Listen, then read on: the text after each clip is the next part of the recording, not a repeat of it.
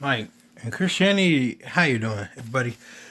I was thinking about this thing about Christianity. The things Christianity isn't, at least in my opinion. I was thinking to myself like my iffiness, because I used to like love going to Japan for a long time, and I used to have that weeb dream about wanting to go for a long time and live there, have a family there. People say, "Oh, that's weebish" and stuff like that, but I'm like, I don't know. It's just kind of weird to me that if you go to a place, you don't interact with its people, you don't, and you intend to stay there for a long time, you don't really settle and make a life for yourself there. It's just kind of like what happens. People who live there, instead of long term, they're gonna find one of the residents attractive, like anybody else around a certain place, and they might make a life with them if they intend to stay there long term. But my point is, besides all that, because that's another thing entirely, about perhaps the idolization, and I don't even really want to go there, but that of Japan. But it made me think about is as a Christian, our duty is to find the children of God everywhere. And when I say that, I mean those who say yes and those who decide to commit to the Christian faith. That's not based on pressure, but it's based on a individual decision to choose Jesus as a savior and proceed forward in doing good works in response to what Christ has done for them in their lives, which is remove the sting and the stigma of sin on their lives. And so, with Christianity, Japan has had this very isolationist. At least they used to be prior to what is it, World War II? I think it was World War II. They really wanted to stick to themselves. Sorry, even even when they were doing small trading, like from what I understand, I seen this video. I forget the dude's name. It's not School of Life. It's somebody else. He did a very small recap of the history of Japan and world history, and it was funny. He had like a lot of meme worthy stuff, but his stuff was like Japan like rarely interacted with people on the outside, and the only time that they did was when the people didn't enforce their values or their beliefs or their belief systems or religions on them. I want to say the ones that they had a very good relationship with was the Dutch, I believe, and that's because they didn't impress their religion on them. They were just like, we're our reason behind doing this is not let's take our pride off and let's stop trying to impose our stuff on them.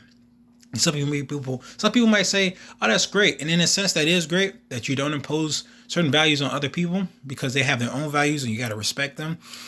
But I don't know, that's another topic in itself about the morality of exchanging values and stuff like that because of their establishments. But Japan has had this mentality, even in its own cultures, which is kind of slightly weird to me because they have a lot of Buddhist cultures, and I don't think Buddhism originated in Japan. Shinto Buddhism that has, I don't know if it's translated, but it's been integrated in Japan, and it's their main religions. And you have like 1% of other religions like Christianity and other stuff in Japan. And so my thing is that the people there, the main population in Japan, are they're superstitious, but they're not religious. So religion really is like, it's just kind of iffy. It's like in their other religion, their main brushes of current religion hasn't been like these major Abrahamic religions. They've had brushes with them, but it's been from a cult practice. I forget what the name was, but that's why, from my perspective, why they don't have trash cans anymore, because that cult had for some reason had trash can bombs in these trash cans, and that scared them. So it's like their impression of religion in general is just like cult like, like, man, you part of that. Well, why you're a part of it? That's kind of strange. That's weird.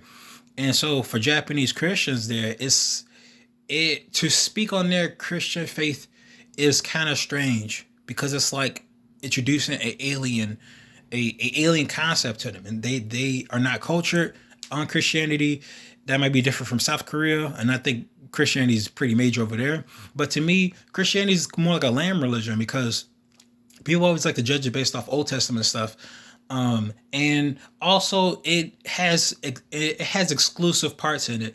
But in response to that, I usually like to say that Christianity in itself involves everybody to conform to its values. Every single person. And people may say, well, what about people in the LGBTQIA plus community? It's like, yes, it still involves them to conform. And that's a big topic in itself. But my point is just that Japan, even regardless of that, in my opinion, is far more progressive. It's a weird mix because it's like in some things that it shows great ignorance, but in other things they're very progressive, like far more progressive in some things than America is.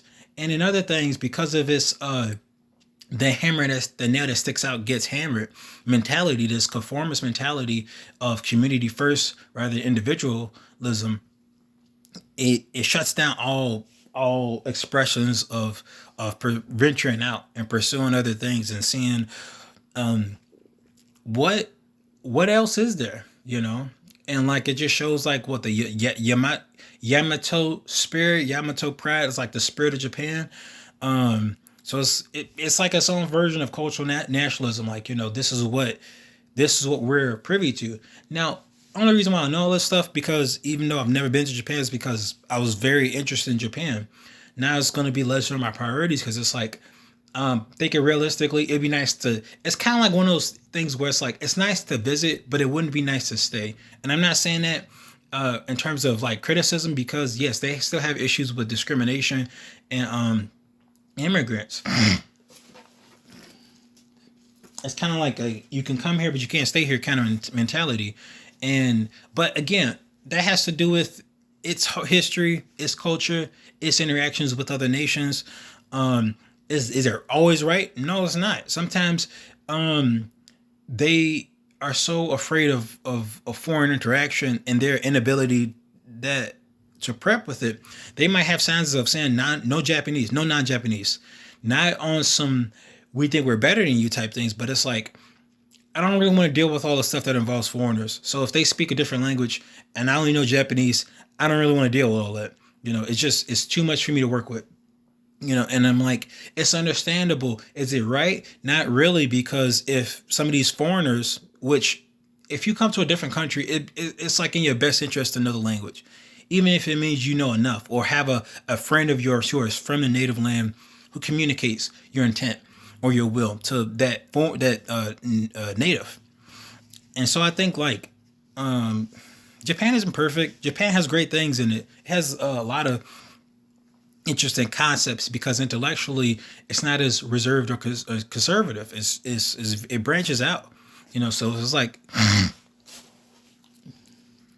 so if it ventures out, and it's like this is what we're trying to pursue for improving the reputation of Japan, the Japanese reputation, or at least the spirit, the pride of Japan. Then it's like more forthright. Does it have problems like sexism? Xenophobia, is it shows such ignorance on these things? It does kind of seem so based off what I've read. Is it going to support certain people and certain foreigners? To me, yes. And that's based off his impressions of media of those certain demographics. And that's why I always say media is important. The portrayal of representation is important. It sometimes sucks because it's like we force other people to make those portrayals rather than us create viable, impressive figures of representation with those, with our likeness. But it's just kind of like, I think we need to change that, and we need to change ourselves if we want to change our impressions of it. But, it's suckish that Japan has, especially with other outside forces, that they're pretty like ignorant, but at the same time kind of open, and that their culture is not like cognizant of other cultures. But that's my American perspective leaking in, because Japan has to worry about Japan, But America being a superpower, it just seems like we're spread thin with every other people, and some people need help, and we help them out, and some of us, like the very nature of our culture, the fabric of our culture is, in my opinion, is freedom, not unity. So it's like freedom from oppression and stuff like that, freedom to do what you want, freedom to make a life for yourself. But it wasn't unity in the first place, you know. It was, they broke off from their authorities, But America is that's just the fabric of it, and that's why we've been making all these changes, these cultural shifts and stuff, to correct the behaviors, the missteps from being a culture that values freedom instead of unity, to being a culture that heavily values unity at the cost of some of its freedoms. And um and it's strange, like they said, when there's inequality, equality seems like oppression. So it values a certain type of people, and those certain type of people have to kind of like be more cognizant of other people, and that seems more like oppression. But that's part of that is just the fabric of America. And so with Japan, going back to Japan, Japan isn't a country that necessarily has to its own value other countries' opinions. It doesn't really need to do that in their main population. Their main population is their own Japanese population. And even ironically, it's not even like the outskirts of like the Ryukyu Islands, the Okinawan Islands. Like it's not the Japanese mainland. So, they're like second banana. They're like less on their priorities. So it's like, you know, it's like America first, but Japan first, And they say, why is that right? It's like, because it's two different places, two different entities with two different perspectives and two different values. I'm like, Japan from the jump was like about itself. America, when it became a superpower, began to stick its nose in everyone else's place. So I'm like, and I don't know. The impression from us, for impression I think of other countries that they have on us, is that we're just arrogant and we stick our nose where it don't belong. And there's a lot of examples of that, where we try to bring democracy to other countries, but try to fit a figurehead that has our values. I'm like, we weren't really caring entirely about them, and that's understandable. It's totally understandable, because it's like, why help somebody like that? Human condition, it values first, self first. Sorry, why care about other people's opinions when you can care about yourself first? And so that's just how it is sometimes. You might help somebody, but you might be thinking about yourself at the same time. We do it in other things. That's one of the essences of relationships. It's a give and take. But the give and take is less is less demanding. It's more so voluntary. And yeah, that's that. But again, I guess it's just trying to help us understand, like, why for me as a Christian, why I don't prefer to go to, like, it'd be nice to visit Japan one day, but to make that less of my priorities and make that less of an idol, you know, do I want to keep learning Japanese? Yeah, it's like a lifelong goal of mine. But I don't know, like, unless God say, hey, that's you gotta go. I don't know if I'm gonna commit myself to even pursuing that, going over there. But some people have felt that call, that commitment. I remember, this was years ago, but there was a family who believed themselves to go to Japan, and they got into a car crash. They legit believed God told them and their whole family to go to Japan to witness and stuff like that. All that whole family died. Now, do I know if that was a will of God or not? I can't say. That's not really for me to say. But I do know that, like, you know, Japan's a great place. If you think about it from its very basic stuff, very superficial levels, it's an awesome place. So it's like, of course, everybody has a reason to go. But for the Christian, which Japan, like going there expecting a revival is if you think logically, it's just not gonna happen. But if God puts a call in your life and to use your skills and whatever, and it's just the doors open up, and you try, you do your part, then I'm like, why not try it out, you know? But I don't know. For me as a Christian, I'm like, just weigh your options. Think about it. Really consider it. If you pray enough and you think about it, you check your options and you just try your hand at it, then why not? Why not check it out? What if going to Japan is good to do? But yeah, and I was talking about the Christian churches there and stuff anyway, and that's kind of iffy on me. Iffy what I'm thinking, like, because some of these churches battle with their congregation, like of the people there. I'm just like, man, that's kind of strange. But and so that's kind of weird too, And some people they meld their interests in Japan and their faith together, and they say, hey, I like anime, I like the Japanese culture, I am a Christian, why not? And the thing is, just the common Japanese dating is very avoidance based. So they get what they want from you, and they might ditch you, they might ghost you, and they're not interested in like Christian anything. Like they're very, very loose when it comes down to Christian imagery. Like you might see I seen this thing that had a Santa Claus on the cross, and I'm like, that's really weird. So they just meshed the nominal parts of Christmas, and the idea that Christmas is about the Jesus' birthday. So it's like, is let's just say Japan doesn't have like the most accurate and the most understood view. Like even Saint Young Men, I was gonna make a video on this, but it's like they have a lot more understanding of Buddhism and Shintoism than or Shintoist Buddhism. I think they're separate. Than they do of their own. They do of Christianity, which you could even say is just they might just have an understanding of like what old Jesuits, secret Christians, Catholicism, but yeah, a lot of misinformation, and can you blame them? That's the history says that. But yeah, also, I guess that's it. I was gonna mention the Michael Scorsese's Silence, but there's a lot of connections.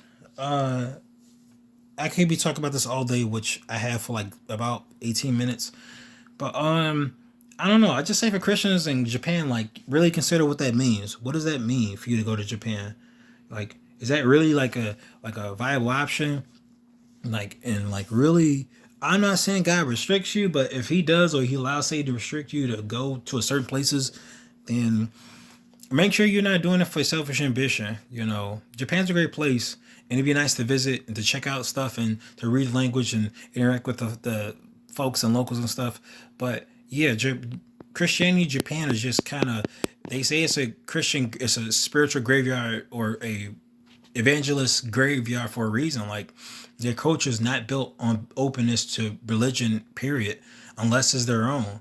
And even then, it's just kind of like superficial, superstitious belief or nominal beliefs. That's just like, it's just something we do. It's not really something that like we really take into account and know what it means, but it's like, this is what everyone does. Everybody rings the bell and make a prayer for the new year. Everybody rings the bell and hopes to boost their successes, which is ironic given that they're not necessarily spiritual, but it's like superstition. If I do this, if I don't do this, then something might happen.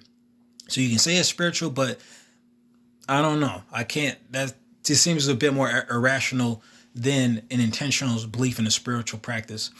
But that's all I got. It's hitting that 20 mark. I hope this is helpful to you. But I just hope you can just critically think about going to Japan, because Japan, especially right now during the COVID, they need people to come because, well, when the borders open, they will need people to come because a lot of their stuff is required on tourism. A lot of their businesses are relied on tourism, and even though it brings them back to the good old days where it was quiet, they it seems like part of their economy has been relying on tourism. So if you can, when this COVID blows over, get your tickets, even if it means getting it in advance. Like, check that place out. Japan is like a friend of mine who's from Japan. She's once told me, like, Japan waits for you. So they want you to come over. They're open to you sharing your stories. I would just say, for the Christians, unless God has really impressed on you and that you get out the way, and that it's not in your personal intention to be like, yeah, I want to go, so I'm just gonna meld my Christian beliefs and my personal beliefs in there so I can see everything about Japan and kind of just preach on the side and stuff, or kind of preach. It's like, check your heart, not your interest in God's desire for your life, your will on your life isn't always, they don't won't always coexist. So, yeah.